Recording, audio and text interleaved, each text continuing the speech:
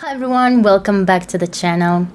So let's imagine this situation. You wanted to move to Chile and now you're finally here.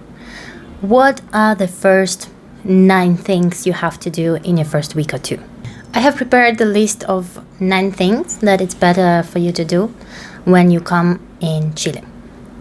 First things first, make sure you have an apartment, a hotel, an Airbnb, something for at least the first few weeks, better a month. Here, it doesn't work like in some countries that you come here, you stay a few days in the hotel, and you can find a nice apartment to rent in these few days. Unfortunately, it's not that easy. I will leave a link to some of the web pages where you can find apartments for rent. One of them, the most popular one, I guess, is Portal Inmobiliario. So definitely go check that out. But the issue here is that not all of the owners want to deal with foreigners. They want to have the proof that you have a long-time visa. They want to have a proof that you have a Chilean ID, that you have a bank account in Chile, that you have some kind of job or payments for the last 5-6 months in Chile. So, it can be a bit complicated.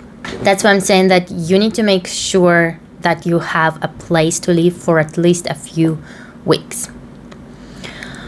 There are some cases when people offered the down payment for the first 6 months, and the owners were okay with that because, if you can pay for 6 months, then most probably you have money to pay rent. And some cases where people rented Airbnb apartment, they liked it, the owners liked them. It's not like a high season. So they made some kind of agreement, and now you rent this Airbnb place for less than on Airbnb and for longer. Number 2, decide how you're gonna move through the city, where you're gonna stay, or the country, depending on what you need. Most probably, if you're staying in Santiago, you will go everywhere by public transportation. You can also use Uber or taxi. Yeah, if you're using Uber, obviously, you just need to connect your credit card there. If you're using taxis that you find here in the city, they only accept cash. So you're gonna have to be prepared to have cash with you. But if you're using public transportation, make sure you buy the beep card. A beep card looks like this. And this is a card that you buy once. I mean, of course, if you don't lose it, it's not connected to your ID in any way. You just go to the metro station, any metro that is next to you, you buy the beep card, you put some money on it, and you ride.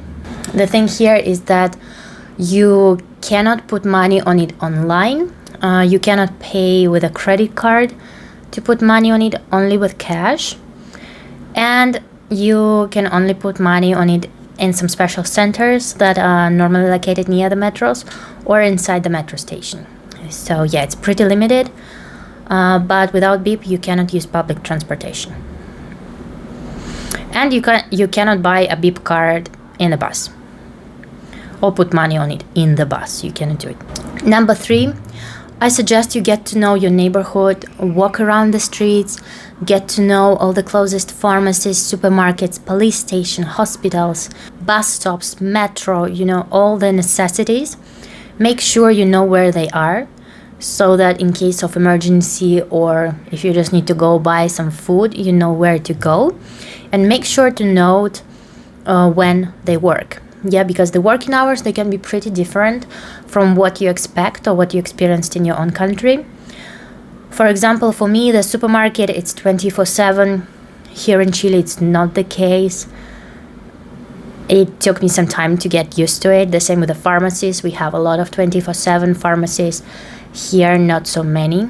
Most of them are closing already by 7 or by 8 p.m. So, get to know your neighborhood. Number 4, if you have a long-term visa and you do not have the Chilean ID yet, then the first week or 2 is the time for you to get an appointment to get your Chilean ID or get an appointment to get your visa renewed. Why? Because it takes a lot of time here in Chile. All the document procedures, they are very, very, very long. For example, I had my visa temporaria for 1 year. I prolonged it for 1 more year, and then I applied for definitiva. Well, it's been almost 9 months since I applied, and my documents are still not in the system. So, it's very slow. If you can, do it in the first couple of weeks, because in most cases you need to apply when you still have 1 month left before your visa expires or before your Chilean ID expires. So, make sure you have it handled.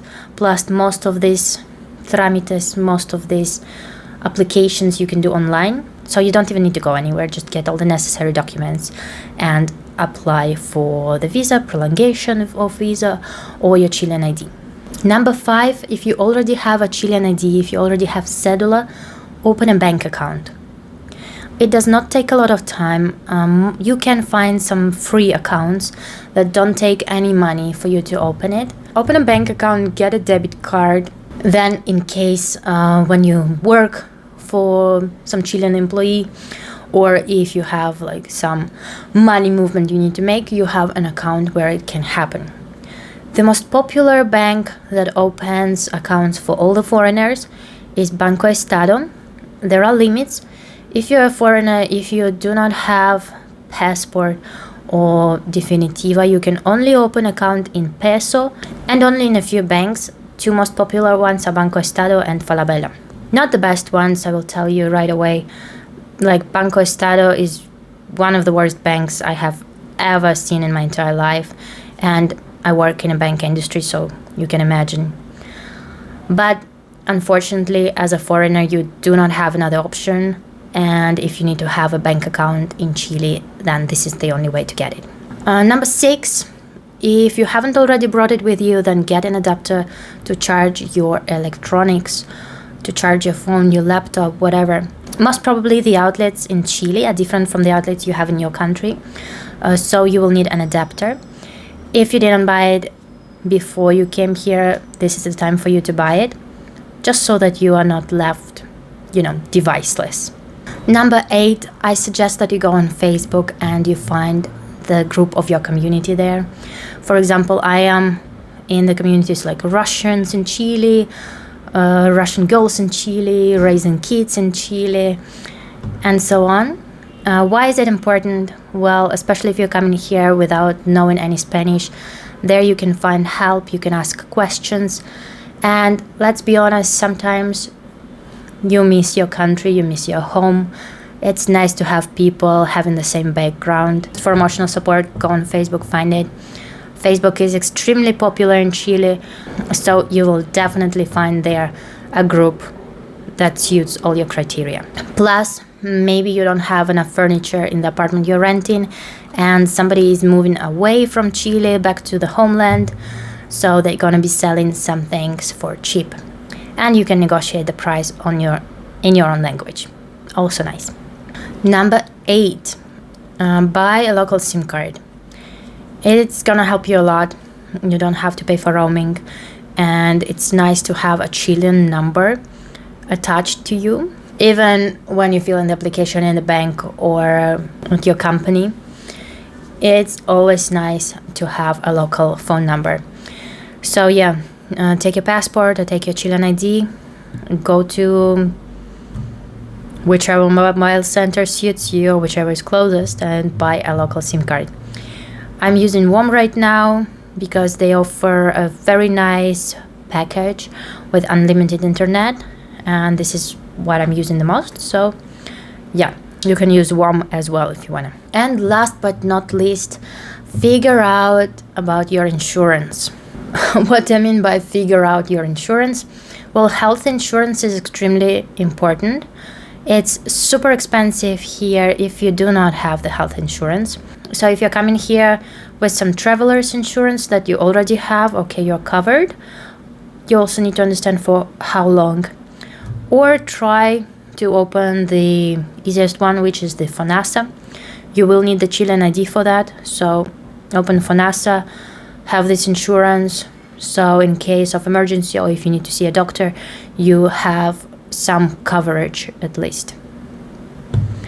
So these are my 9 points of what you have to do in the first week or two when you come to live in Chile. If you have any more questions, if you need some more explanations, some more details, definitely write me in the comments. Don't forget to subscribe to the channel, and I'll see you next time.